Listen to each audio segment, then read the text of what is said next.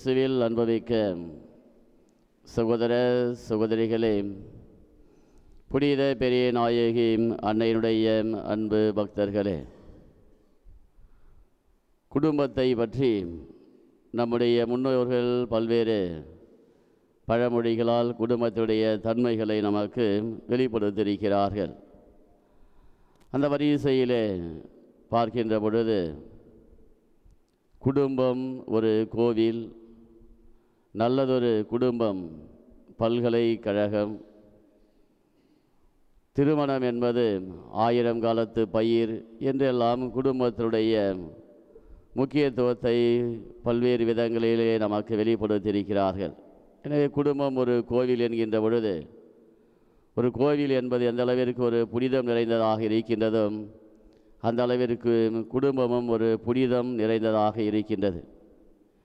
எனவே நல்லதொரு குடும்பம் பல்கலைக்கழகம் என்றால், ஒரு பல்கலைக்கழகம் என்றால் நமக்கு தெரியும், ஒரு சிறிய தொடக்க கல்வி முதல் கடைசி இறுதி வரையிலே என்ன ஒரு ஆராய்ச்சி படிப்பு இருக்கின்றதோ அதுவரையில் இருக்கின்ற கல்விகளை உள்ளடக்கியது தான் பல்கலைக்கழகம். எனவே ஒரு குடும்பம் என்பது அப்படி அனைத்து நிலைகளிலும் ஒரு மனிதனை உருவாக்கக்கூடியது என்பதை விளக்குகின்றது. அதே போன்று திருமணம் என்பது 1000 காலத்து பயிர், அதாவது குடும்பம் என்பது ஒரு 1000 காலத்து பயிர் என்றும் சொல்லியிருக்கிறார்கள். எனவே இதனை எதற்காக சொல்லியிருக்கின்றார்கள் என்று பார்க்கின்ற பொழுது, அதாவது ஆபிரகாமுக்கு குழந்தை பேறு இல்லாமல் வாழ்ந்து கொண்டிருக்கிறார். அப்பொழுது கடவுள் ஆபிரகாமுக்கு வாக்களித்து அவருக்கு ஒரு குழந்தை பிறக்கப் போவதாக சொல்லுகின்றார். அதே நேரத்திலே உன்னுடைய இனத்தை நான் கடற்கரை மணலை போலவும் வானத்து விண்மீன்களை போலவும் பெருக செய்வேன் என்று கூறுகின்றார். அதோடு அவர் நிறுத்திவிடாமல், உன்னிலிருந்து பல அரசர்களும் இறைவாக்கினர்களும் தோன்றுவார்கள் என்ற வாக்குறுதியையும் கொடுக்கின்றார்.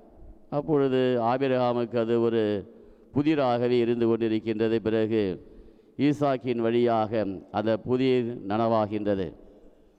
எனவே இயேசுவில் அன்புக்குரிய சகோதர சகோதரிகள், ஆபிரகாமுக்கு அந்த கடவுள் கொடுத்த வாக்குறுதி என்பது 1000 காலத்திற்கு நிலைத்திருக்கக்கூடியது. எனவே தான் கடற்கரை மணலை போலவும் வானத்து விண்மீன்களை போலவும் உன்னுடைய இனத்தை நான் பெருக செய்வேன், அதாவது உன்னுடைய சந்ததியானது இந்த உலகத்திலே 1000 ஆண்டுகளுக்கு நிலைத்திருக்கும் என்பதை அங்கே கடவுள் ஆபிரகாமுக்கு வெளிப்படுத்துகிறார்.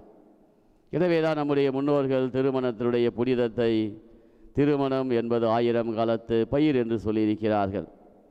அதோடு நிறுத்திவிடாமல், உன்னிலிருந்து பல அரசர்களும் இறைவாக்கினர்களும் தோன்றுவார்கள். எனவே குடும்பம் என்பது ஏதோ சாதாரணமாக ஒரு உலக வாழ்விற்கான ஒரு அங்கீகாரமாக மட்டுமல்லாமல், அல்லது ஒரு பிள்ளைகளுடைய எண்ணிக்கைக்காக மட்டுமல்லாமல், மாறாக ஒவ்வொரு குடும்பத்திலிருந்தும் நல்ல மனிதர்கள் உருவாக வேண்டும் என்பதை கடவுள் அங்கே ஆபிரகாமுக்கு வெளிப்படுத்துகிறார்.